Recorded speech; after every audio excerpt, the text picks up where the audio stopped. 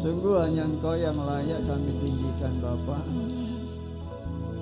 Engkaulah Tuhan dan Juru Selamat kami.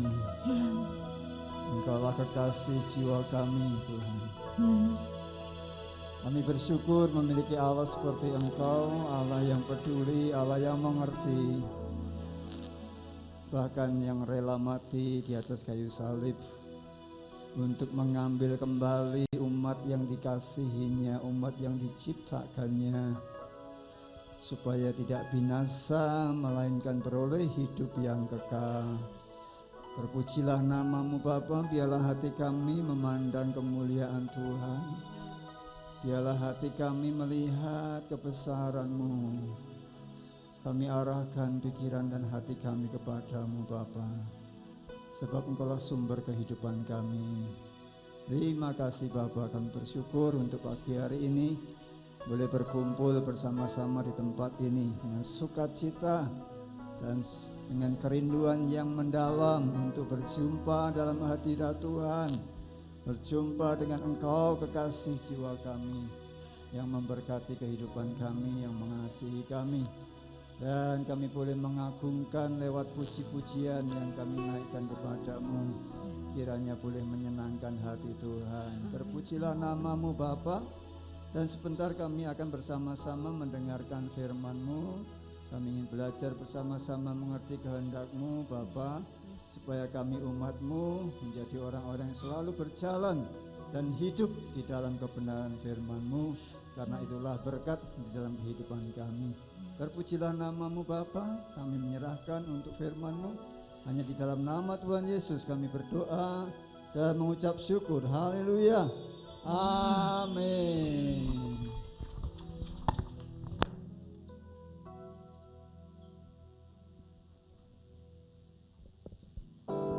Cek. Mungkin bisa ditambahi ya, suaranya hilangnya. Cek tes.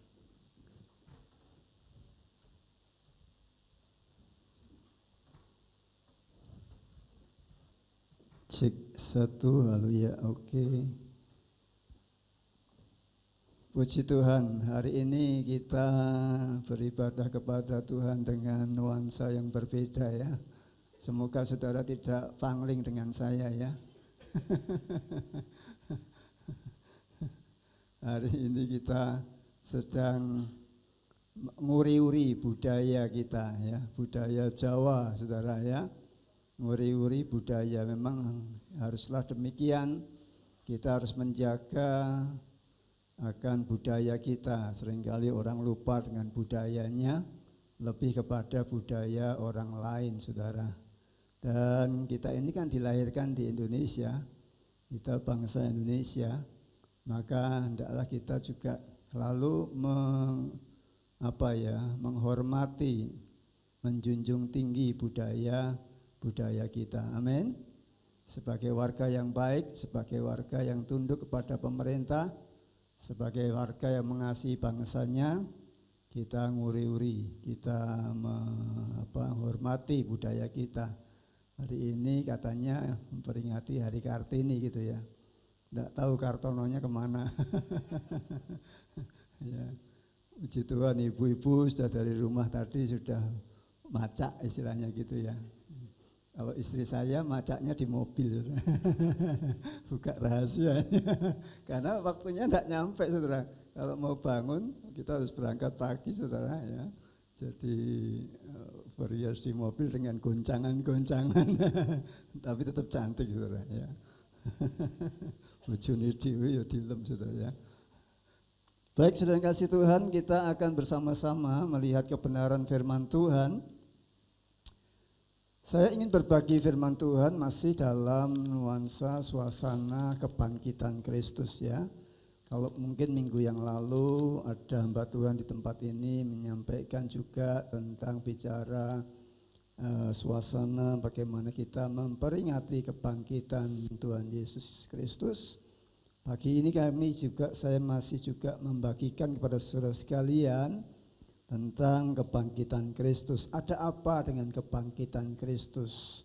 Tentu kita tidak hanya sekedar merayakan, memperingati sebagai hari-hari besar bagi orang Kristen, tetapi kita harus memiliki dapat memaknai dan menghidupi setiap apa yang terjadi, peristiwa-peristiwa apa yang terjadi di dalam Alkitab, di dalam kehidupan Tuhan Yesus selama ada di bumi ini.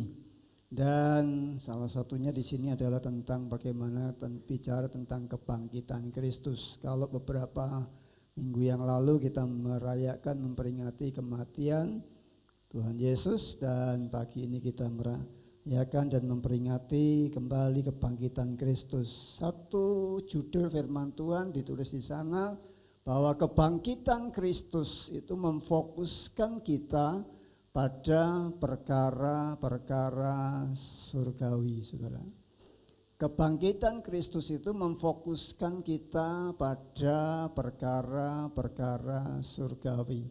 Ada pesan penting bagi kita anak-anak Tuhan yang disampaikan oleh Rasul Paulus. Saat itu disampaikan kepada jemaat di Kolose.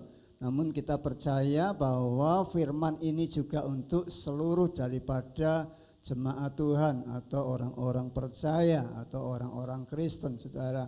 Yaitu kebangkitan Kristus itu memfokuskan kita pada perkara-perkara surgawi.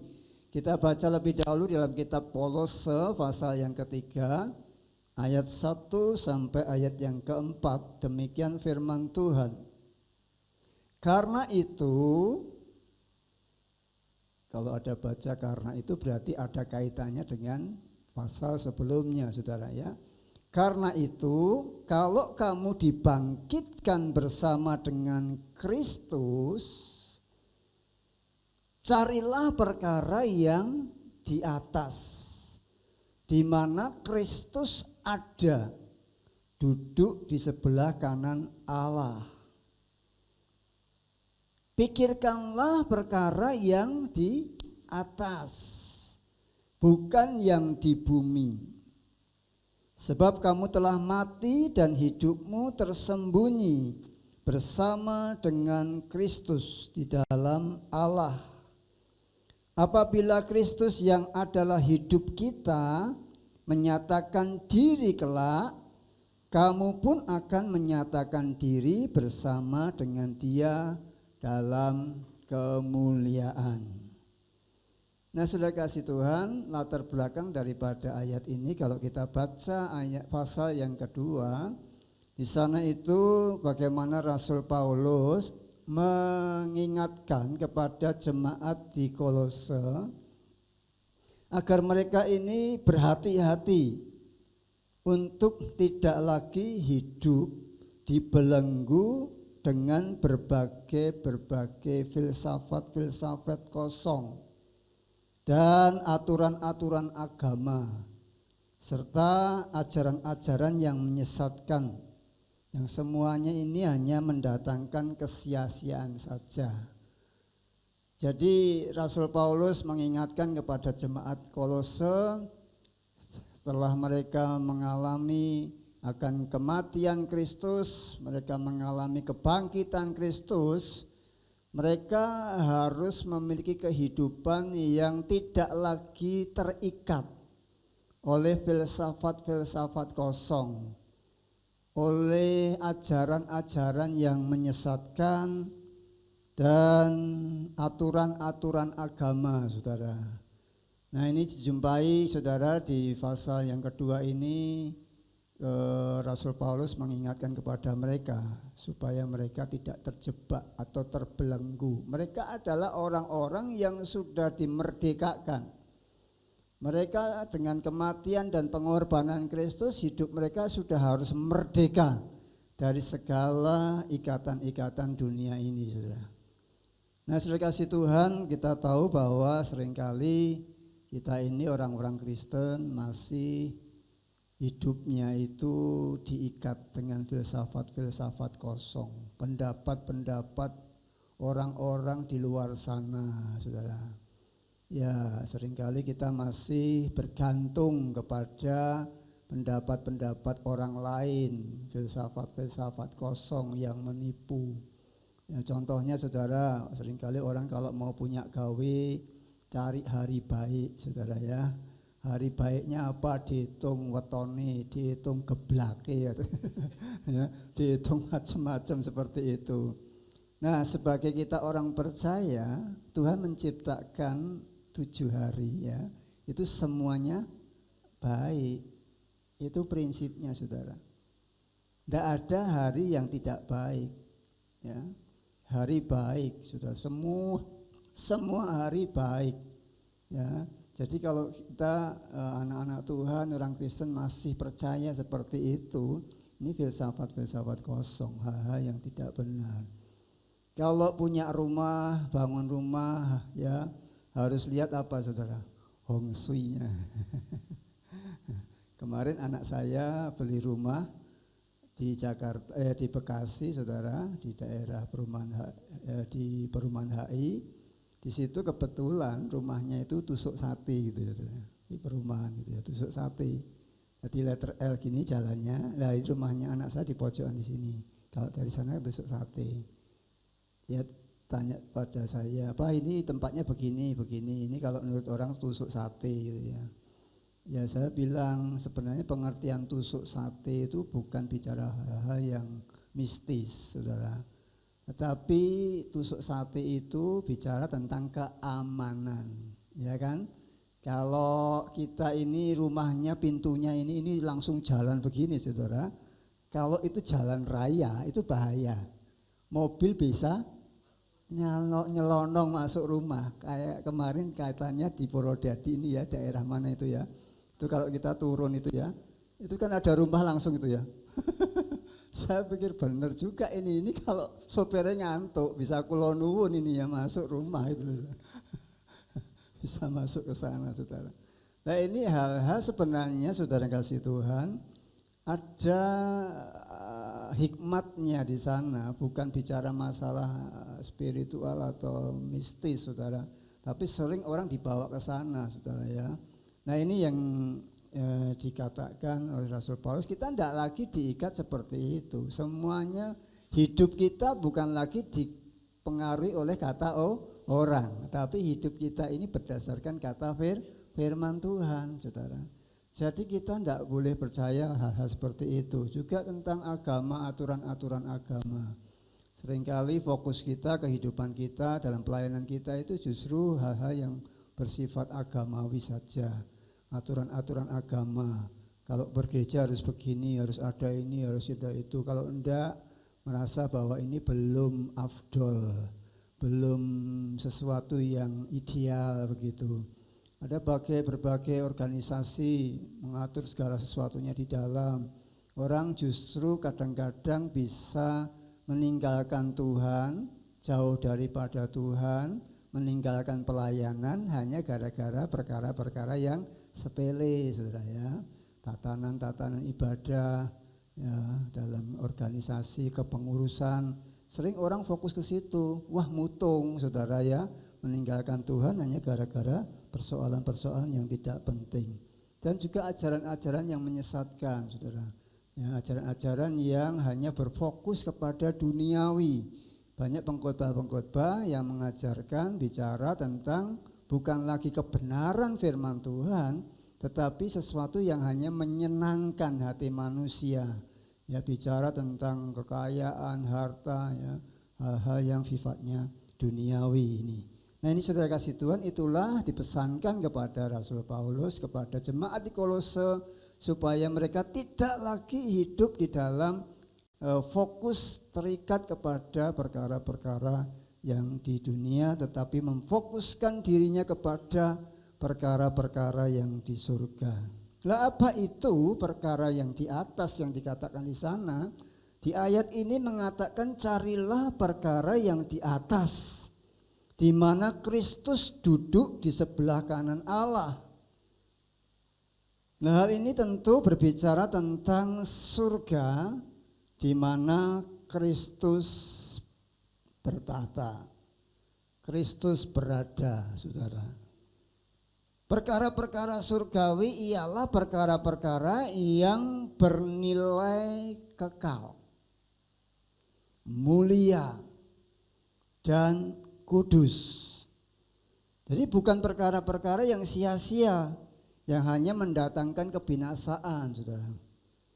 Jadi Rasul Paulus mengajarkan jemaat di Kolose ini untuk mengarahkan pikiran mereka, memfokuskan semua hidup mereka kepada perkara-perkara surgawi, perkara-perkara yang bernilai kekal. Kekal itu artinya tidak terbatas, selama-lamanya, hidup selama-lamanya. Hidup di dunia ini hanya sementara, betul saudara? Semuanya hanya sementara, tetapi kehidupan nanti di surga itu kekal, bernilai kekal, ya, dan mulia, saudara. Nah, saudara, kita tahu bahwa kemuliaan di dalam dunia ini kemuliaan yang sementara, kemuliaan yang semu. Banyak orang mengejar kemuliaan-kemuliaan di dunia ini kemuliaannya semu, saudara. Ya. Sedang mereka sukses, sedang mereka baik, mereka dimuliakan, ya toh. Tapi sedang mereka keadaannya tidak baik, wis ditinggal koncone kabeh, saudara, ya kan ya. Tidak lagi dimuliakan. Semuanya hanya sementara dan semu, saudara. Dan dikatakan juga di sini perkara surgawi itu kudus, bicara tentang kekudusan, saudara. Ya, bagaimana kita anak-anak Tuhan kalau kita tahu di dalam dunia ini penuh dengan kehidupan yang tidak kudus, penuh kehidupan yang jahat, penuh kehidupan yang najis, saudara. Tetapi kita mengarahkan pandangan kita kepada perkara-perkara yang kudus, saudara. Yang supaya kita boleh menjadi orang-orang yang diberkati oleh Tuhan. Surga itu juga bukan hanya berbicara tentang tempat, ya, tetapi bicara juga tentang tatanan atau pemerintahan Allah, sistemnya Allah, sistem pemerintahan Allah. Kalau ada sistem pemerintahan duniawi, ada sistem pemerintahan Allah yang mengatur kehidupan kita. Maka di sini Rasul Paulus mengajarkan untuk kita memfokuskan ke sana. Artinya apa? Seluruh kehidupan kita harus memiliki standar yang ada di atas. Amin. Standar kita itu yang ada di atas. Di mana Kristus bertahta menjadi raja dalam kehidupan kita. Allah bertahta mengambil sepenuhnya dalam kehidupan kita. Jadi kita diajarkan bahwa kalau kita mengambil satu keputusan, kita mau punya perencanaan apa di situ dalam kehidupan kita, itu standarnya adalah firman Tuhan. Standarnya adalah sistem kerajaan Allah, saudara. Ya, bukan lagi dengan standar duniawi. Kalau kita mau berkeluarga, membangun rumah tangga, mau menikah, itu standarnya bukan standar duniawi, tetapi standarnya standar surga. Untuk apa kita menikah? Contohnya begitu. Coba pikirkan, saudara yang belum menikah dan mau menikah. Untuk apa saya menikah? Apakah tujuanku menikah hanya untuk perkara-perkara duniawi, atau aku ingin memuliakan Tuhan? Begitu.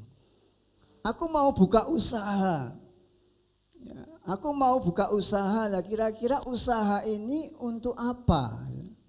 Apakah hanya untuk kepuasan diri kita, untuk memenuhi hawa nafsu kita, ya, keinginan kita supaya kita bisa meraih harta yang banyak, ataukah kita ingin memuliakan Tuhan? Dengan usahaku ini aku ingin memuliakan Tuhan, aku ingin melayani Tuhan, gitu. Ketika kita bekerja sama-sama, ya, kita bekerja juga begitu, saudara. Ketika kita mau melamar pekerjaan, untuk apa kita bekerja? Untuk apa kita berumah tangga? Untuk apa semuanya di sini, di dalam dunia, dalam kehidupan kita ini? Semua bukan untuk tujuan yang ada di dalam dunia ini. Rasul Paulus mengajarkan semuanya harus diarahkan, standarnya, ya.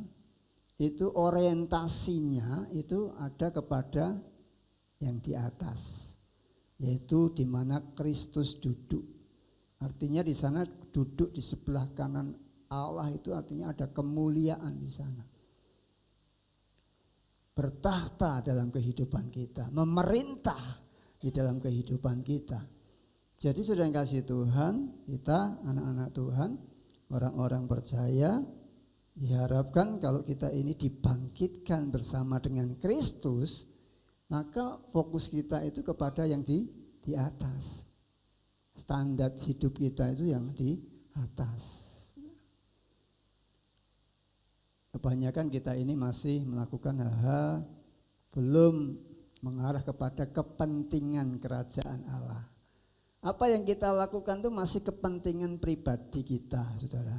Ya, hanya mencari kepuasan diri kita, mengejar apa yang menjadi hawa nafsu kita.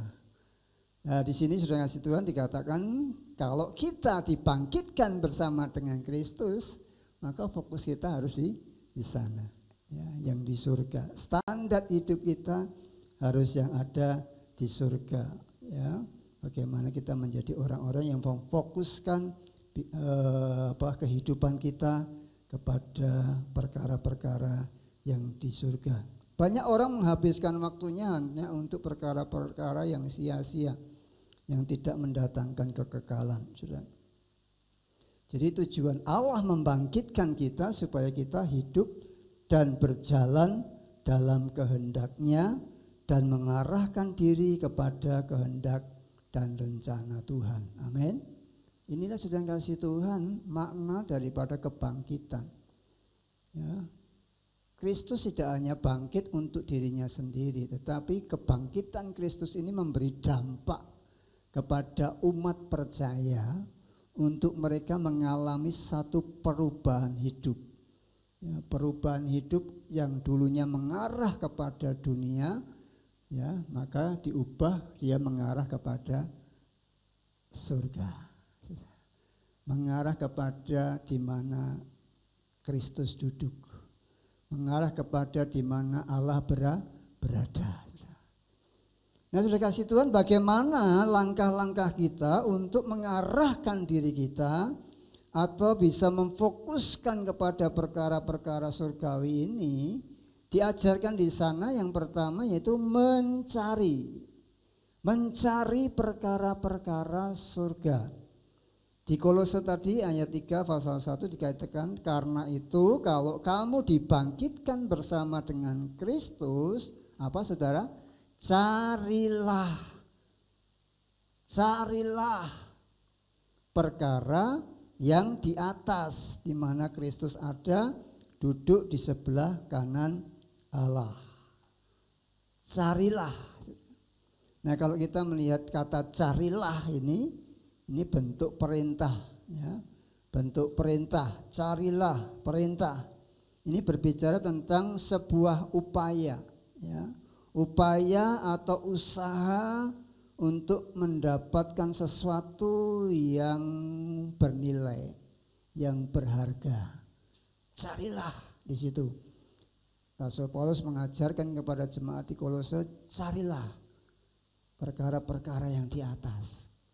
Jadi mencari ini bukan sekedar mencari, tetapi sungguh-sungguh dengan segala upaya usaha, dengan kesungguhan hati, merindukan rasa haus dan lapar untuk mendapatkan daripada apa yang bernilai, yang berharga ini, saudara. Matius 7 ayat 7 itu berkata, mintalah maka akan diberikan kepadamu, carilah maka kamu akan mendapat, ketoklah maka pintu akan dibukakan bagimu. Jadi ada usaha. Kalau kita ingin mendapatkan sesuatu harus ada usaha, ada kesungguhan, bukan sekedar saja.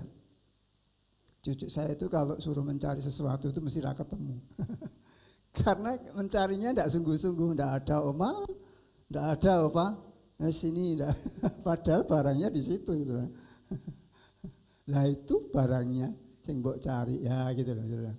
Karena apa? Tidak ketemu karena tidak sungguh-sungguh mencari, saudara. Nah, ini gambaran kehidupan kita sebagai orang percaya. Apakah kita ini benar-benar hidup kita ini mencari mencari perkara-perkara yang di atas? Ataukah kita sibuk dengan perkara-perkara yang di dunia ini? Apakah kita ini sedang mencari, mengupayakan, terus mengejar, saudara, segala sesuatu yang ada di atas? Tadi bicara tentang yang di atas itu yang di surga. Ya, standar hidup kita. Apakah selama ini kita ini mengutamakan, memprioritaskan Allah, sistem Allah, kerajaan Allah, pemerintahan Allah di dalam kehidupan kita atau tidak, saudara? Ya. Nah, di sini dikatakan carilah usaha, kesungguhan hati kita untuk bisa menemukannya. Mencari perkara-perkara surgawi dengan jalan memakai seluruh kehidupan kita. Baik itu di dalam pekerjaan kita, dalam usaha kita, keluarga, kesehatan, dan pelayanan kita. Jadi ini tidak hanya bicara tentang pelayanan-pelayanan kita di gereja, ya, tetapi seluruh aspek kehidupan kita. Apakah rumah tangga kita ini kita bangun atas dasar prinsip-prinsip firman Tuhan? Sekali lagi, apakah usaha yang kita bangun, kita buka ini, kita pakai prinsip-prinsip firman Tuhan? Apakah kita menjadi karyawan, menjadi pegawai itu memakai standarnya Tuhan? Apakah pelayanan kita di gereja ini mengutamakan Tuhan? Ataukah mengutamakan diri kita sendiri, saudara? Mencari perkara-perkara surgawi dengan seluruh kehidupan kita, mengutamakan Tuhan dalam kehidupan kita, saudara. Di dalam Roma pasal 14 ayat 8 sampai yang ke-9. Sebab jika kita hidup untuk Tuhan. Dan jika kita mati untuk Tuhan.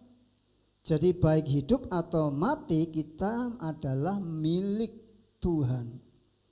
Sebab untuk itulah Kristus telah mati dan hidup kembali, supaya ia menjadi Tuhan, baik atas orang-orang mati maupun atas orang-orang hidup. Jadi Allah ingin bertahta dalam kehidupan kita orang-orang percaya. Amin. Kristus yang telah hidup itu akan hidup di dalam kehidupan kita dan membawa kehidupan kita pribadi, saudara. Dulunya kita mati karena dosa, tapi karena Yesus telah mati dan bangkit, maka kita juga mengalami kebangkitan bersama dengan Tuhan. Dan Allah bertahta di dalam kehidupan kita. Jangan lupa, saudara, Allah itu bertahta, memerintah dalam kehidupan kita. Kita bukan lagi pakai sistemnya dunia, tapi sistemnya Allah, kerajaan Allah hidup di dalam kehidupan kita. Rasul Paulus memerintahkan kalau mereka dibangkitkan bersama dengan Kristus, maka mereka harus mencari perkara-perkara yang di atas atau perkara-perkara surgawi, bukan mencari perkara-perkara yang di bumi, agar mereka memiliki kehidupan yang berarti bagi Tuhan. Nah, saudara kasih Tuhan, agar kita sungguh-sungguh dalam mencari perkara-perkara surgawi, maka kita harus menempatkan surga itu sebagai yang sangat berharga bagi kita. Bagaimana kita bisa tertarik dengan surga? Bagaimana kita bisa memfokuskan arah kita ke surga, ke perkara-perkara yang di atas, kalau kita sendiri tidak tertarik. Kita masih tertarik dengan yang ada di dalam dunia ini. Makanya saudara, kerja iblis itu menarik kita, membuat sesuatu di dunia ini indah, nyaman, menyenangkan, saudara. Supaya manusia itu tertarik kepada dunia ini, saudara. Banyak orang masih belum dapat menilai surga itu sesuatu yang sangat berharga. Dan masih banyak yang cinta akan dunia, saudara. Termasuk orang-orang Kristen. masih mengejar perkara-perkara duniawi.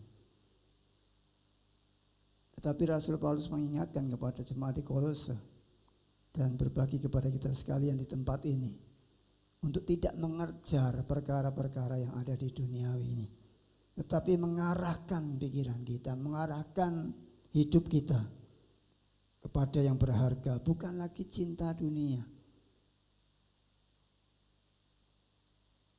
Kalau kita menganggap bahwa surga adalah berharga dan mulia, maka kita akan mencari dengan sungguh-sungguh, seperti kalau kita lihat di dalam Matius pasal 13 ayat 45 sampai 46 berkata, demikian pula hal kerajaan surga itu seumpama seorang pedagang yang mencari mutiara yang indah. Setelah ditemukannya mutiara yang sangat berharga, ia pun pergi menjual seluruh miliknya lalu membeli mutiara itu.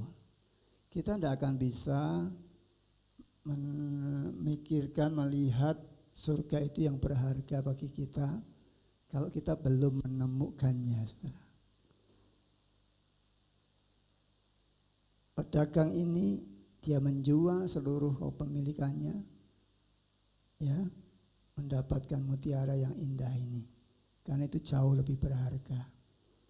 Kalau kita sudah bisa menilai surga itu jauh lebih berharga dalam hidup kita, maka kita tidak khawatir hidup dalam dunia ini. Amin.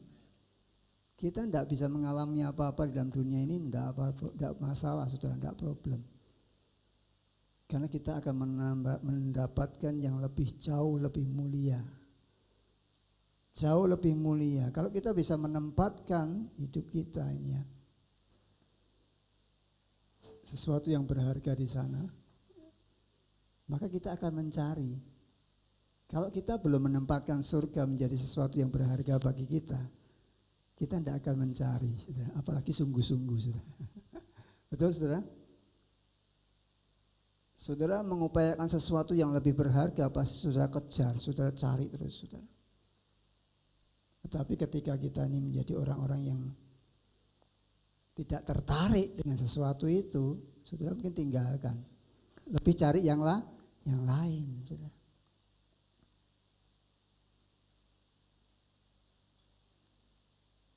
Lebih cari yang lain, saudara. Oleh sebab itu, saudara kasih Tuhan, supaya kita bisa mencari dengan sungguh-sungguh, mari kita bersama-sama lihat surga. Arahkan pikiran kita ke surga, arahkan pandangan kita ke surga, saudara. Supaya kita bisa menempatkan surga itu yang jauh lebih berharga dalam kehidupan kita.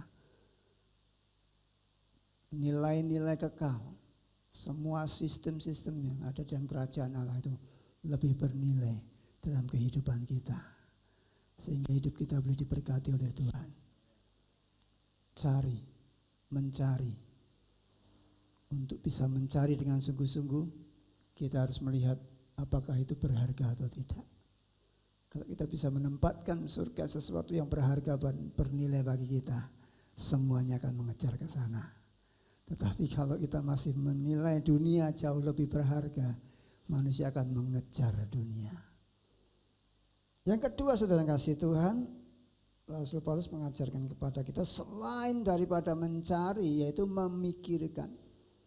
Memikirkan perkara-perkara di surga dan bukan yang di bumi.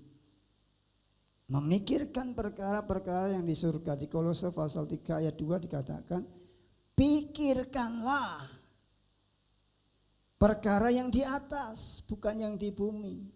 Pikirkanlah. Ini juga perintah. Bukan sekedar himbauan, coba mikir aja. Tidak, perintah, pikirkanlah. Kalau kita ingin diberkati oleh Tuhan, mengalami akan surganya Tuhan, pikirkanlah gitu. Perintah sudah dipikirkan. Kata pikirkan ini berbicara tentang keseriusan dan kesungguhan, atau memusatkan seluruh pikiran kita kepada surga. Segala perkara-perkara yang di atas, pikirkan. Seberapa banyak kita anak-anak Tuhan yang dalam kehidupan kita sehari-hari mikirkan surga? Orang anak-anak Tuhan, orang Kristen itu memikirkan surga kalau di gereja saja. Kebanyakan saudara ya, Mikirkan tentang surga itu kalau datang ibadah ke gereja. Keluar dari pintu ini saudara, tidak lagi mikirkan tentang gereja, mikiri awake dhewe, saudara. Mikiri kebutuhannya sendiri. Pusing dengan pikirannya sendiri, pusing dengan kebutuhannya sendiri. Saudara. Tidak banyak saudara. Maka yang terjadi banyak kekacauan dalam kehidupan anak-anak Tuhan. Karena apa? Mikiri tentang surga itu kalau di gereja saja. Hal-hal yang kekal, hal-hal yang mulia, hal-hal yang kudus itu kalau di gereja. Kalau di luar sana udah pikirannya sudah berbeda. Ini mikirnya bukan lagi, ini mikir perut, saudara. Mikir kebutuhan perut. Ora surga-surgaan terus. Mikir perut, butuh makan, butuh pekerjaan, butuh hidup, saudara. Padahal firman Tuhan mengatakan apa? Hidup manusia tidak bergantung kepada makanan, tetapi kepada firman Tuhan. Tapi seringkali sudah kasih Tuhan, pikiran kita lebih banyak memikirkan perkara-perkara yang di bumi, yang di dunia ini, saudara.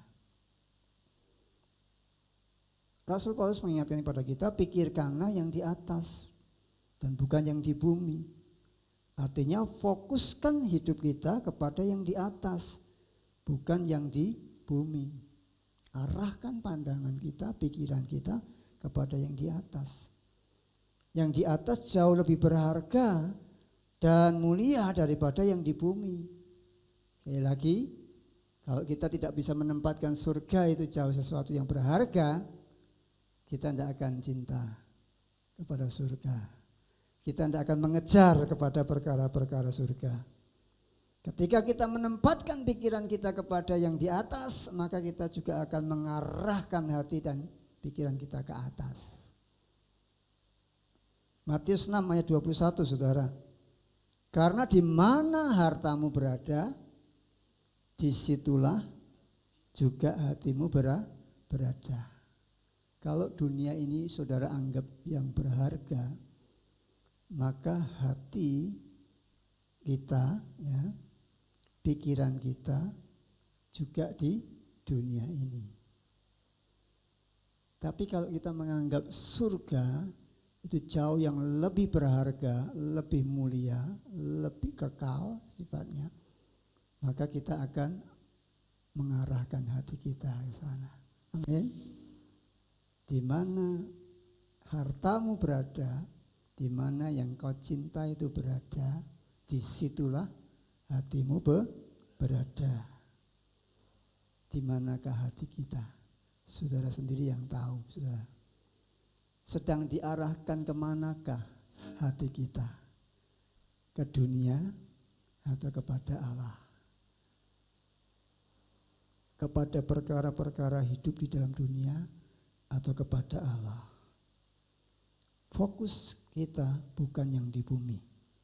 Sekalipun kita ini di bumi juga butuh namanya makan, butuh pekerjaan, butuh penghidupan. Betul saudara?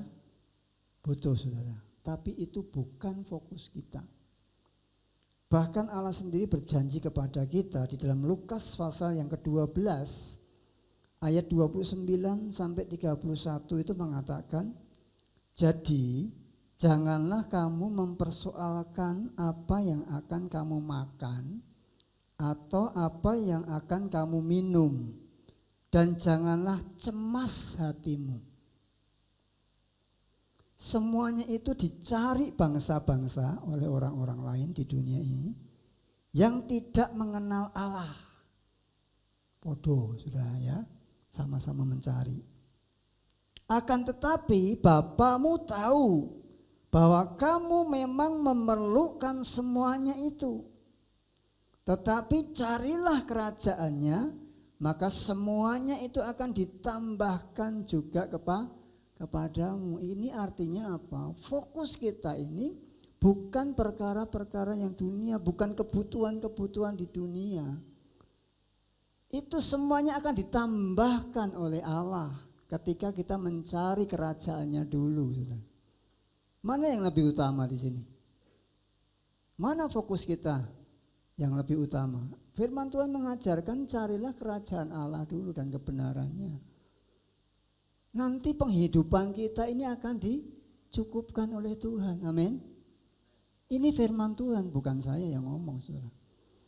Kalau kita ingin mengalami janji-janji Tuhan, maka pikiran kita ini harus diarahkan dalam kerajaan Allah dulu, mengutamakan Tuhan dulu, mencari yang Tuhan kehendaki dulu dalam hidup kita.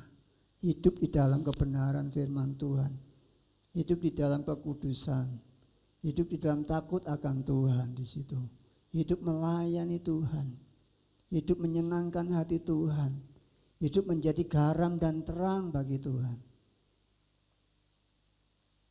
Maka kehidupan kita, Allah yang mencukupkan kita.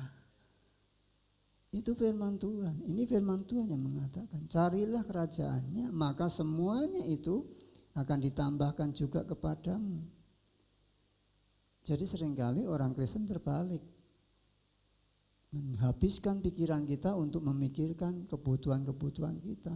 Tidak ada habisnya saudara kita ini. Ya. Masalah terus selalu ada dalam kehidupan kita. Tetapi mari kita lihat janji Tuhan di situ. Bahwa Tuhan akan memeliharakan hidup kita ketika kita memfokuskan hati dan pikiran kita kepada surga, kepada Allah, kepada di mana Kristus bertahta, memerintah kehidupan kita. Jangan menghabiskan hidup kita hanya untuk memikirkan yang ada di dalam dunia ini. Karena hidup kita tidak selamanya ada di bumi ini. Kita akan pulang, saudara. Kita akan menempati bersama dengan Kristus, bersama dengan Allah di surga. Jadi Rasul Paulus mengingatkan kita, menyadarkan kita, arahkan ke sana. Bukan yang di bumi. Di bumi hanya sementara. Saudara mau kerja keras, mau apa lakukan di bumi ini. Saudara mendapatkan kemuliaan sementara. Saudara mendapatkan kekayaan juga kekayaan sementara. Tetapi ketika saudara menyimpan harta saudara di surga, maka itu bisa sifat kekal. Amin. Sifat kekal. Makanya saudara dalam cerita di Alkitab ya ada Lazarus dan orang kaya yang meninggal itu saudara ya kan. Lazarus berada di pangkuan Abraham. Sekalipun dia orang miskin, saudara. Di dunia dia tidak bisa mengalami apa-apa, mengalami kenikmatan dunia enggak. Sementara orang kaya ini sudah menikmati kekayaannya di dunia ini. Apa kata Abraham di situ? Hei orang kaya, engkau sudah menikmati semuanya. Si Lazarus ini belum. Hidupnya bagi kemuliaan Tuhan. Maka dialah yang menerima segala apa yang dijanjikan Tuhan dalam hidupnya. Di akhir hidupnya. Bersama dengan Bapa. Sementara orang kaya itu binasa. Dengan segala penderitaannya, saudara. Ini sudah kasih Tuhan dengan jelas bagaimana kita menjadi orang-orang yang harus memikirkan, arahkan pikiran kita. Jangan pikirkan perkara-perkara yang dunia ini yang membuat justru iman kita semakin hari semakin kendor, semakin hari semakin lemah. Tapi kalau kita memikirkan yang di atas, saudara, iman kita akan semakin bertumbuh, amin. Iman kita akan semakin kuat, saudara. Karena apa? Dengan kita memikirkan perkara yang di atas, maka kita bisa memiliki pikiran yang sehat, sehingga melihat penderitaan yang ada di dalam dunia ini menjadi hal yang biasa. Tidak sebanding dengan apa yang nanti kita terima, kemuliaan Tuhan. Dalam 2 Korintus pasal 4 ayat 16 sampai 17. Sebab itu kami tidak tawar hati, tetapi meskipun manusia lahiriah kami semakin merosot, namun manusia batiniah kami dibaharui dari sehari ke sehari. Kalau pikiran kita mengarah ke sana ya sudah. Sebab penderitaan ringan yang sekarang ini mengerjakan bagi kami kemuliaan kekal yang melebihi segala-galanya, jauh lebih besar daripada penderitaan kami. Orang yang hanya memikirkan pikirannya ke dunia ini, ke bumi ini, dia tidak akan bisa melihat bahwa kemuliaan yang di sana itu jauh melebihi penderitaan kita di dunia ini. Makanya banyak orang Kristen kecewa, saudara. Ikut Tuhan Yesus kok seperti ini, hidupnya malah seperti ini. Karena mereka fokusnya kepada dunia. Tapi kalau dia fokusnya kepada yang di surga, pada yang di atas, saudara, maka mereka bisa melihat, oh penderitaan yang sekarang ini ringan, tidak sebanding dengan pahala yang akan kita terima nanti, kecil sekali, tidak sebanding kemuliaan yang akan kita terima, tidak sebanding keberadaan kita yang akan kita terima nanti di surga, memerintah bersama dengan Tuhan. Amin. Oleh sebab itu saudara kasih Tuhan, ini sangat penting dalam kehidupan kita. Kebangkitan Kristus itu saudara bukan sekedar hanya untuk dirinya sendiri, tetapi kebangkitan ini berdampak kepada umatnya. Umatnya harus mengalami kebangkitan, harus hidup. Umat Tuhan yang mengalami kebangkitan bersama dengan Kristus, hidupnya sudah diubahkan. Paradigmanya, pikirannya diubahkan untuk mengarahkan ke atas, di mana Kristus duduk. Perkara-perkara yang surgawi, bukan yang ada di bumi lagi. Mari saudara kasih Tuhan, saudara adalah orang-orang yang dibangkitkan bersama dengan Tuhan. Saya minta untuk pemusik maju ke depan. Kita adalah orang-orang yang sudah dibangkitkan bersama dengan Kristus. Amin. Mari kita mencari perkara-perkara yang di atas, di mana Kristus duduk di sebelah kanan Allah. Dan pikirkanlah yang di atas, bukan yang di bumi. Supaya kiranya apa yang menjadi janji Tuhan terjadi dalam kehidupan kita, memeliharakan kehidupan kita. Tuhan memberkati. Haleluya.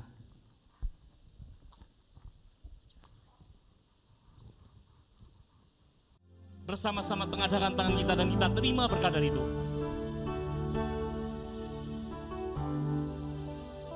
Mari kita pulang dengan bawa berkat yang dinyatakan di dalam nama Bapa, di dalam nama Putra, di dalam nama Roh Kudus, dan di dalam nama Tuhan Yesus Kristus, memberkati seluruh kehidupan kita, kesehatan kita, pekerjaan kita, rumah tangga kita, masa depan kita, dan semuanya dijadikannya berhasil dan beruntung.